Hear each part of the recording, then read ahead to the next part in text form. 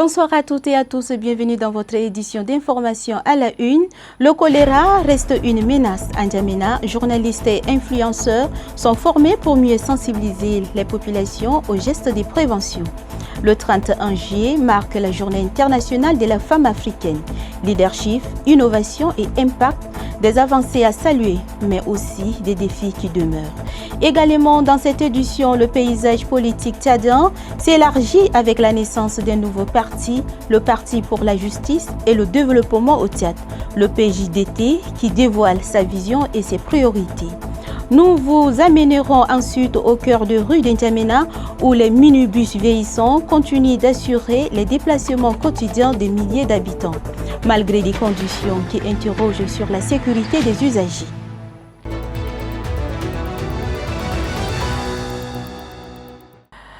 C'est tout pour les titres, mesdames et messieurs, une fois de plus, bienvenue. Un nouvel acteur fait son entrée sur la scène politique tchadienne. Le Parti pour la justice et le développement au Tchad, le PJDT, a été officiellement lancé ce vendredi 31 juillet à N'Djamena. Lors des points de presse organisés à la Maison des médias, son président général, Oumar Ahmad Safi, a présenté les ambitions de cette nouvelle formation politique qui place la bonne gouvernance, l'état des droits et le renforcement des institutions républicaines au cœur de son projet. Suivez. C'est avec un profond sentiment de responsabilité, d'humilité et d'espérance que nous nous retrouvons aujourd'hui pour procéder au lancement officiel du Parti pour la justice et le développement au Tchad. Cette cérémonie constitue une étape importante dans la vie démocratique de notre pays. Elle marque la naissance d'une nouvelle force politique républicaine, légaliste et profondément attachée aux principes de justice, de paix, de développement, de solidarité nationale et de respect de la dignité humaine. Le Parti pour la justice et le développement au Tchad est né d'une réflexion collective, portée des femmes et des hommes convaincus que l'avenir de notre nation repose sur la consolidation de l'état de droit, le renforcement des institutions républicaines, la promotion de la bonne gouvernance à la participation active des citoyens à la gestion des affaires publiques. Notre engagement s'inscrit dans le strict respect de la Constitution, des lois de la République et des principes démocratiques universels reconnus. Mesdames et messieurs, le PJDT place la justice au cœur de son projet politique. Nous croyons qu'aucune nation ne peut prospérer durablement sans une justice indépendante, impartiale et accessible à tous. La justice constitue le fondement de la paix sociale, de la sécurité juridique et de la confiance entre les citoyens et les institutions. Nous œuvrons pour la promotion de l'égalité devant la loi, la protection des droits fondamentaux, le respect des droits, des libertés publiques et renforcement de la culture des responsabilités dans la gestion des affaires de l'État. Le tribunal des grandes instances de Bongor a abrité la cérémonie d'installation du nouveau procureur de la République, Abderrahmane Moussa Oumar, en remplacement de Mohamed Abdou Issa, une passation des services qui s'inscrit dans la continuité du service public de la justice. Reportage de Toundonsou Daniel Gorsou et Abakar Dimi.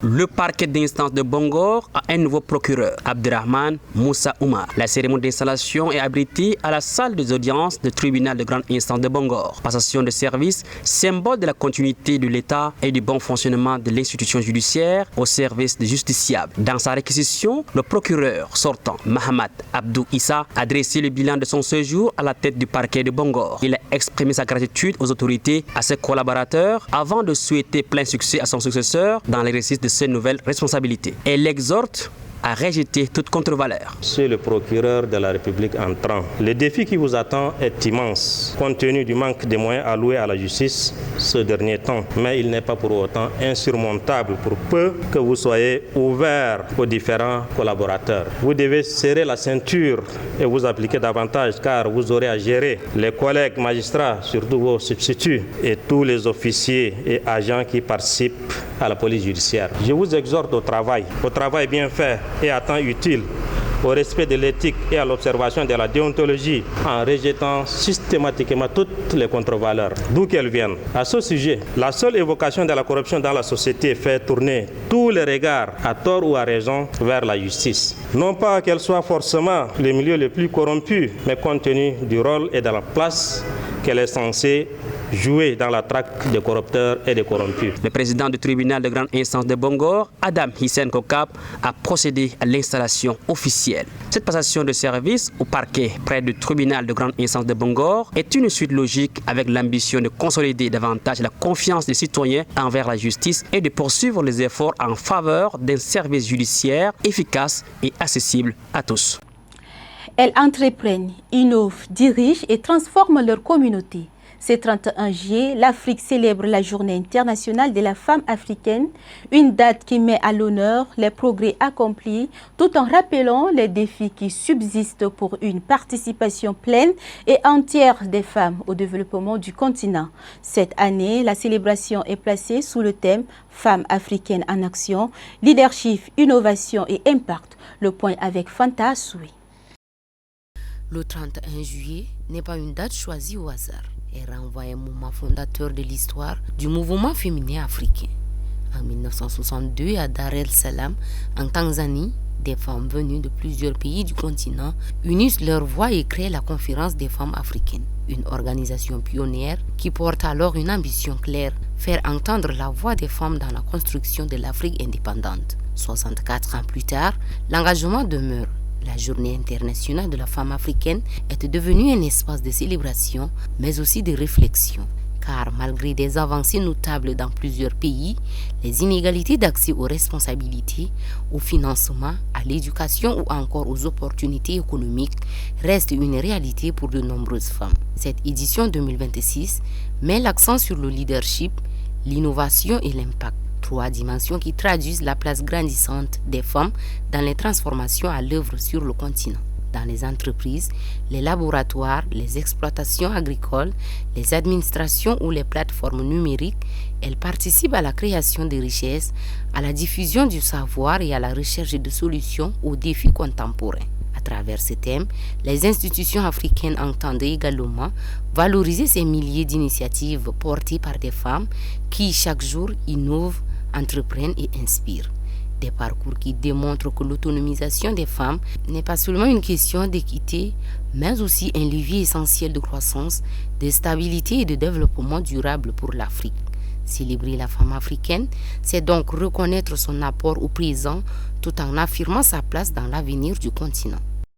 Face au risque de propagation du choléra, la délégation provinciale de la santé publique et de la prévention d'Injamina organise depuis ce 31 juillet une session de formation à l'intention des journalistes et des influenceurs. Objectif, renforcer leur connaissance sur cette maladie et les outiller pour sensibiliser efficacement les populations aux mesures de prévention. Écoutons le directeur de la communication du ministère de la Santé publique, Mamat Alamine Tadjadine, à l'ouverture de cette rencontre. Vous devez comprendre que pour cette épidémie, vous avez une grande responsabilité. Ce n'est pas seulement le ministère de la Santé publique. Écoutez, vous êtes d'abord des citoyens. D'abord, avant d'être journaliste, vous êtes d'abord des citoyens. En plus, vous avez choisi d'être des journalistes. Deuxième responsabilité. Troisième, le journaliste a un rôle social. 4, l'intérêt du pays. Le journaliste doit d'abord défendre l'intérêt de son pays, de son peuple. Les colorations, là, laissez ça à côté. Ici, il s'agit d'une épidémie et que nous devons tous contribuer pour éradiquer cette maladie-là. Ça, c'est une contribution obligatoire même pour nous. Et nous, en tant que journalistes, non seulement donner l'information, mais on doit expliquer à la population comment est-ce qu'elle peut aider les services de santé. Parce que vous savez, jusqu'à là, il y a des familles qui cachent le malade. On pense que le choléra, c'est la maladie de la honte. Ça, c'est connu. Hein? Aujourd'hui, dans notre milieu, dans nos cultures, dans nos traditions, une femme ne peut pas venir dire à son mari qu'elle fait la diarrhée, ou appeler au téléphone qu'elle fait la diarrhée, ou le dire ouvertement. Parce que ce matin, on avait rencontré le transporteur aussi, pour leur parler de cela. Donc, vous devez vraiment sensibiliser la population à nous dire exactement où sont les malades. La maladie est venue avec quelqu'un. En N'Djamena, la vente ambulante d'été rythme le quotidien de nombreux habitants. Conviviale, accessible et peu coûteuse, cette activité connaît un réel succès. Mais derrière ces moments de détente, des interrogations persistent sur les conditions d'hygiène, notamment le lavage et la réutilisation des verres servis aux consommateurs. Reportage de Dela Nathalie. Au détour d'une rue, devant un marché ou à proximité des lieux de travail, les vendeurs ambulants de thé ne désemplissent pas. Pour quelques centaines de francs, ils offrent bien plus qu'une boisson chaude, un moment de détente, de partage et de convivialité. Cette activité constitue également une source de revenus pour de nombreuses familles. Son succès repose sur sa proximité avec les clients, son prix accessible et sa disponibilité à toute heure de la journée. Mais cette consommation quotidienne n'est pas sans risque. L'utilisation répétée des mêmes verres, parfois rincés dans une eau insuffisamment renouvelée ou sans savon, peut favoriser la transmission des maladies infectieuses. Les professionnels de santé alertent sur l'importance du respect des règles d'hygiène afin de protéger les consommateurs. Nous avons 4 principaux risques, les grands traits de risque liés à la consommation du thé en ambulatoire, préparé en ambulatoire, Voilà, le premier risque, c'est le risque d'intoxication. Vous savez que certaines bactéries ne meurent pas à un certain degré. Donc, il y a des risques liés à la condition de l'eau utilisée pour préparer le thé. Si l'eau n'est pas potable, si l'eau n'est pas sortie d'une source sécurisée, alors le consommateur est exposé à un risque d'intoxication. Le second, ça concerne ce qu'on appelle le matériel. Vous et moi savons que quand on utilise le verre pour prendre le thé, alors on rince d'une manière sommaire. On ne prend pas le temps pour rincer. Et cela peut aussi héberger les germes qui vont se transmettre en interhumain. Face à ces préoccupations, les spécialistes recommandent des mesures simples mais essentielles. Laver systématiquement les verres avec de l'eau propre et du savon. Renouveler régulièrement l'eau de rinçage et privilégier, lorsque cela est possible, l'utilisation des gobelets à usage unique. Des gestes qui permettent de préserver cette activité très appréciée des N'Djamenois tout en réduisant les risques pour la santé publique. À N'Djamena, les minibus de transport urbain vieillissants demeurent le principal moyen de déplacement des milliers d'usagers. Abordables et indispensables, ils assurent chaque jour la mobilité de la population. Mais derrière ces services essentiels se cachent de nombreuses préoccupations. Véhicules vétustes, pannes fréquentes, surcharge des passagers et risques permanents pour la sécurité. Un reportage de Haturungi Marie-Noël.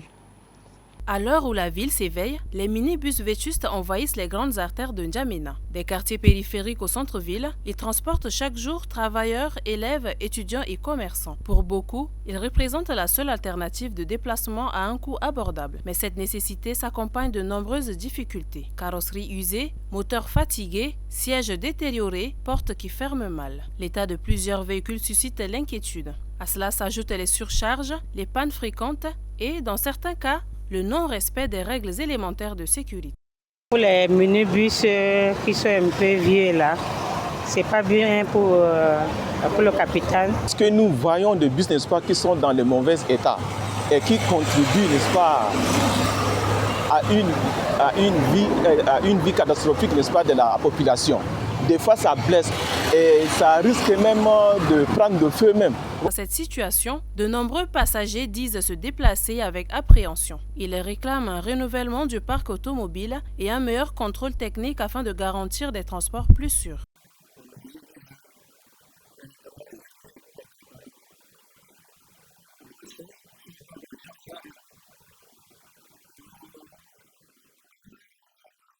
« 80% des vieux minibus sont en mauvais état et tout le monde le sait. Tous les pays voisins ont bénéficié de l'aide des autorités dans le secteur du transport urbain, notamment les minibus, sauf chez nous au Tchad. Un chauffeur de minibus n'a pas assez de moyens pour s'offrir un nouveau véhicule car sa recette journalière ne sert qu'à s'occuper de sa famille. Les professionnels du secteur, eux aussi, reconnaissent les difficultés. Ils expliquent que le vieillissement des véhicules est souvent lié au manque de moyens financiers. Le collectif des syndicats et coopératives des transports urbains et interurbains appelle les pouvoirs publics à accompagner les transporteurs dans la modernisation du parc. En attendant d'éventuelles réformes, ces minibus en fin de vie continuent de sillonner la capitale malgré leurs limites. Entre impératifs économiques et exigences de sécurité, les habitants espèrent des mesures concrètes. Car au-delà du transport quotidien, c'est la sécurité des citoyens, leur dignité et l'image même de la capitale qui sont en jeu. Face à cette situation, le coordonnateur de l'Association pour la défense des droits des consommateurs appelle les autorités publiques à davantage de rigueur afin d'améliorer les conditions du transport urbain et de garantir la sécurité des usagers. Le transport est dominé par le secteur informel, caractérisé surtout par l'utilisation des minibus, des taxis, des motos. Et quand on voit souvent les minibus et les taxis sont d'un certain âge, ce qui pose vraiment un problème de sécurité. Et le transport manque d'une organisation et manque aussi d'un encadrement suffisant par les autorités municipales. C'est vrai que la mairie prend des décisions, mais des décisions qui ne sont pas suivies d'une certaine application. Au lieu que les usagers se plaignent, souvent c'est les transporteurs.